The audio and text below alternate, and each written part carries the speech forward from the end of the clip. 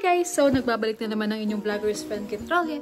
And for today's video, today September 8, 2024. And happy birthday Mama Mary! So, topic natin today, yung mga struggle ko as new nurse dito sa USA.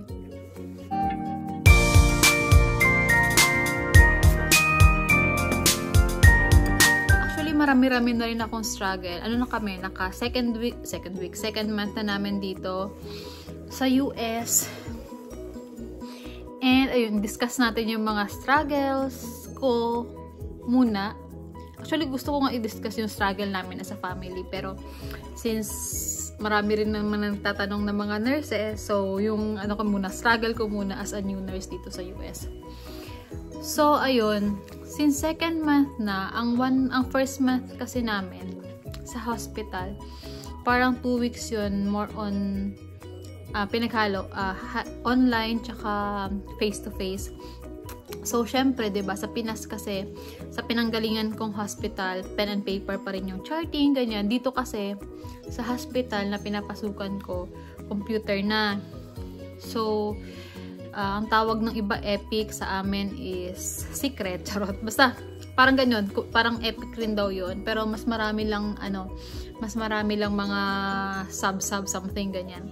So, pag nagcha-charting dito, computerized na talaga, then, super specific.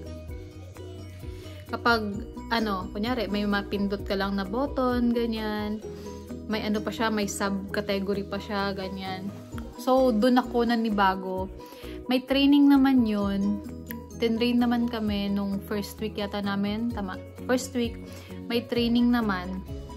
Kaya lang, syempre, mabagal kasi, yun nga, bago, kailangan ma-familiarize, ganyan. And sa mga nagtatanong pala ko saan ako assigned, OR ako. OR Neuro. So, medyo, struggle talaga guys. Kasi, sa Philippines kasi, ang experience ko talaga is more on general. 4 years ba? 4 years ako sa OB, DR, LR. Tapos, nag-ward din ako, nag-MS, ganyan. Pero mga lang yun, 1 year. Tapos, nag-training ako ng PGH. Parang na-vlog ko yun before. Nag-training ako ng PGH, ng OR, pero 6 months lang. Then, ang rotation ko lang din naman doon sa PGH ng 6 months is, parang general surgery.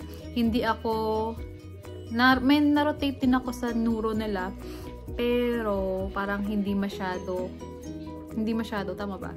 Hindi masyado, parang, lang ako doon. Nag-i-scrub, pero sa gilid-gilid lang, ganyan. Parang second scrub, ganyan. Second scrub ang tawag. Then, pagbalik ko nga sa hospital na pinapasukan ko before, sa OR naman ako, pero yun ang kinikater kasi sa hospital namin. Alam niyo naman, di ba, kung saan ako dating hospital. Ang kinikater lang naman din doon is general, ortho, OB, ganyan. So, bihira na nagkakaroon kami ng neuro cases. So, pagdating dito, talagang windang-windang. Kasi nga, nasa neuro ako ngayon. So, ayun. Yung charting, ganyan. Tapos, syempre, yung setup. Iba kasi yung setup dito, tsaka sa Philippines. Dito, ang setup nila, though nag-circuit, nag-i-scrub, which is ginagawa ko rin naman sa Philippines. Dito, pati sa mga instruments, kailangan ma-familiarize na naman kasi iba naman ang gamit ng neuro sa mga general, di ba? So, super adjustment talaga. Then, ano pa ba? Another struggle ko as a new nurse dito, communication. Though kasi syempre, nakakaintindi naman ako ng English at nakakasalita din naman ako ng English kapag kailangan ko talaga magsalita. Iba kasi yung way of communication. Hindi ko lang sure kasi may pagka-introvert ako. Introvert pa yun. So, parang, alam mo yun, parang hindi, di ba nga nabanggit ko rin dati na parang hindi mo ma-voice out kung ano yung talaga yung naiisip mo, ganyan. Aside from English, nahihirapan ka hindi naman sa hirap makapag-communicate. Pero kasi, kahit sa Philippines naman, di ba kapag bago ka sa area, parang mayroon ka pa ring hesitation na magtanong, ganyan. So, yun talaga. Kunyari, ngayon kasi, pang second month ko, nasa ano pa rin naman ako, nasa orientation phase pa rin ako. So, pag may mga tanong ba, may mga tanong na, mababait naman yung mga kasama ko. Kaya lang may mga tanong, may mga, like, kunyari, magtatanong sila, do you have any questions for me? Ganyan. Parang, meron pa rin hesitation sa part ko kung ano yung itatanong ko. Ganyan. Then, syempre, as a new nurse, tsaka bago rin ako sa area, ganyan, wala naman akong exposure talaga sa neuro. Ano siya, tawag dito? Parang another, at the same time kasi, nagpa-familiarize pa ako sa mga gamit, sa mga, sa mga equipment, sa mga implants. Dito kasi may mga implants, ganyan. Kasi nga, neurosurgery. So, sa Philippines naman, meron din mga, since may ortho din kami doon, may mga plate din, ganyan. Pero dito, kakaiba kasi, since, basta, kakaiba talaga yung mga gamit dito, guys. So, yun, struggle is real talaga. Buti na lang, thankful talaga ako na may kasabay ako na halos, 1 week ahead lang siya, tsaka may 1 week na mas nauna ako sa kanya na punta rin ng neuro, which is good, kasi alam mo yun, kapag naboboljak, hindi naman sila naboboljak, pero alam mo yun, syempre, may times na parang gusto mong tumulong pero hindi mo alam kung ano itutulong mo, ganyan. Parang, alam mo yun, parang, parang ano ba yung purpose ko dito sa room na to, parang ganyan yung feeling. Pero buti na lang nga, may kasabay ako, at least kahit paano, nag-open up kaming tatlo na parang ganito na nga yung, asaan na ba tayo, parang ganyan. Syempre, may times na parang parang minsan may feeling na ang tanga mo naman, parang ganyan, parang iba yung ano tawag dito? Parang iba yung natutunan ko before sa natutunan ko ngayon, parang ganyan. Then, another thing is, as in totally parang parang new environment, new learnings talaga ngayon. Na which is sana pag lumabas tong vlog na to, medyo familiar na ako. Yun nga pala, tas tinatanong, may mga nauna rin kasing Pinoy doon sa area, so sinasabihan nila kami na mag-set ka ng goal for this day, kung anong gusto mong matutunan o ma-familiarize, ganyan. So dati, nung first, namin, di ba nga, yung first 2 weeks is lang yun, online, and mga training, then after another 2 weeks, yun naman yung pina-shadow kami sa area, pero hindi pa talaga yun orientation. Then, nung napunta na kami sa OR, sa neuro, bale, ang neuro ko parang naka 1 month na ako sa neuro, OR neuro.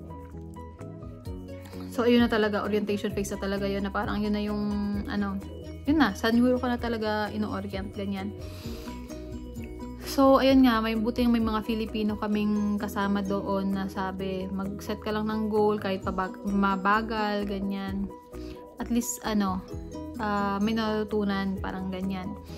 So, ngayon, before, parang, sabi nga namin, nag-uusap nga kami ng mga kasama ko, na before, takot kami magsaksak ng mga gamit, ganyan, ng mga instruments, ng mga equipment na parang feeling mo sasabog. Kasi iba yung nila dito, iba yung OR dito compare sa Philippines.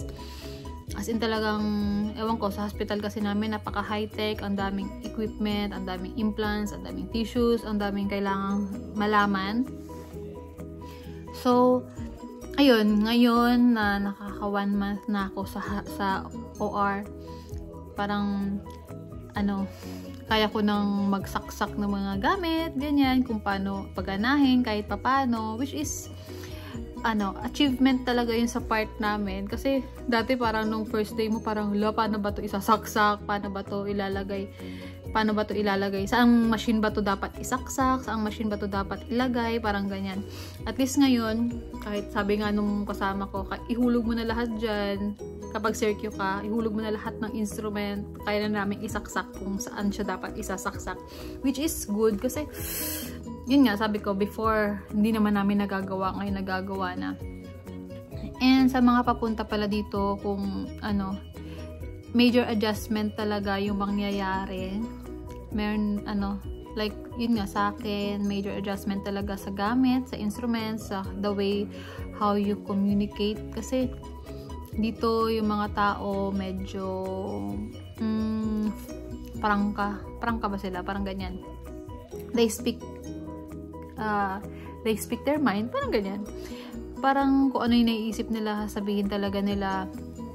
So, kailangan hindi ka dito mabilis ma-offend sa sasabihin nila, parang ganyan. Kailangan take it as new learning kapag hindi mo alam yung gagawin mo, parang ganyan.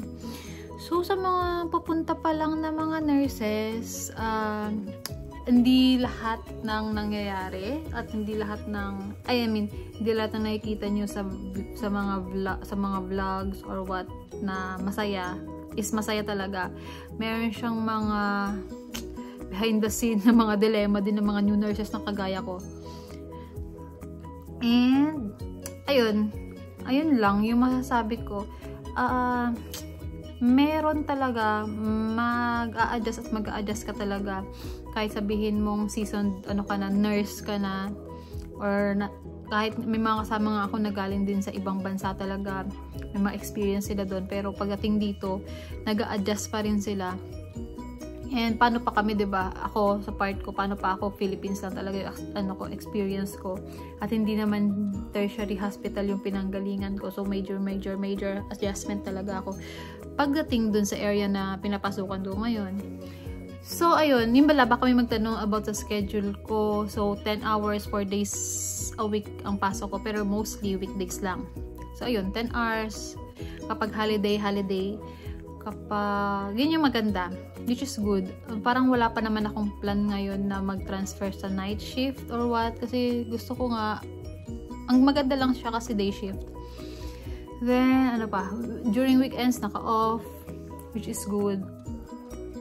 So ayun lang, kung may question pa kayo, actually baka nga October na to lumabas, baka off orientation na ako kasi November pa pala ako ma-off orientation. And by that time, pag nakagawa ko ng vlog, sana medyo may alam na ako. Alam mo yun, bukod sa pag-charting. Yun nga, yung charting ko ngayon, dino-double check pa rin ng mga matagal na sa hospital. Yung mga nakakasama ko kasi nasa orientation pa nga ako. Sana by that time, kaya ko na mag-isa, ganyan. Makapag-adjust pa, voice out pa ng mga concerns, makapagtanong pa, mawala na yung mga kahit pa konti-konti yung hesitation na magtanong, ganyan. Tsaka ano pa ba ma-advise ko sa mga bago? Ayan, kapag may question, mag-question lang talaga. Ewan ko sa amin kasi willing naman sila mag-answer ng lahat ng questions. And mas gusto nila yung nagtatanong talaga. Which is minsan kasi syempre parang paano ba ito itatanong sa kanila? Parang ganyan, may mga ganong feeling. Buti na lang may mga Pinoy din dun sa area namin, which is good. Kasi minsan pag sa kanila ako napapartner, natatanong ko sila in our own language. Kasi syempre parang siguro nga isa talaga sa problem is yung communication. Which is aminado naman ako na isa yun sa mga barrier, may communication barrier. Syempre kasi minsan mabibili sila magsalita or hindi ko sila maintindihan dahil sa slang nila, mga ganyan. So ayun, sana by that time na lumabas tong video na to is medyo nakaka-adapt na ako sa area. At ang gulo-gulo ng buko. And nakaka-adapt na ako kung paano gumana yung kung paano mas mapadali yung work, ganyan. Iniisip ko na lang ngayon meron naman time din dun sa area na yun, may mga matagal na nagkakamali pa rin. So, paano pa kami? Yun na lang yung mga yung mga pampalakas loob, parang ganyan na. Sila nga nagkakamali, what more pa kami na kaka 1 month pa lang dun sa area, mga ganyan. So, ayun lang guys, for sure, may mga makaka-adapt naman ako dun sa area. So, inform ko ulit kayo or gawa ulit tayo ng vlog kapag medyo okay na. Medyo nagiging familiar na ako sa area, ganyan. Kasi may maibalita naman tayong maganda-ganda sa inyo. Ngayon kasi talaga nasa ano pa rin talaga ako. Kung novice yun, mas novice pa talaga. As in, iba kasi, iba talaga yung, ano dito, iba talaga yung setup, ganyan. Kwento ko sa inyo next time kung paano ba yung difference dito, tsaka sa Philippines. And, ayun lang. Thank you for watching this vlog, guys. Sana may natutunan kayo. Sa mga papunta pa lang dito, magkakaroon ng major adjustment pagdating nyo sa area, lalo na pag nasa hospital. Major adjustment.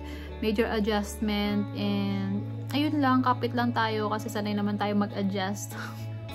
Sanay naman tayo mag-adjust sa mga bagay-bagay. And hopefully, by next year or after 6 months, medyo okay na tayo, diba? Medyo nakakasunod na tayo, nakakasabay-sabay na tayo sa kanila. So, ayun lang guys. Thank you for watching this vlog. Bye!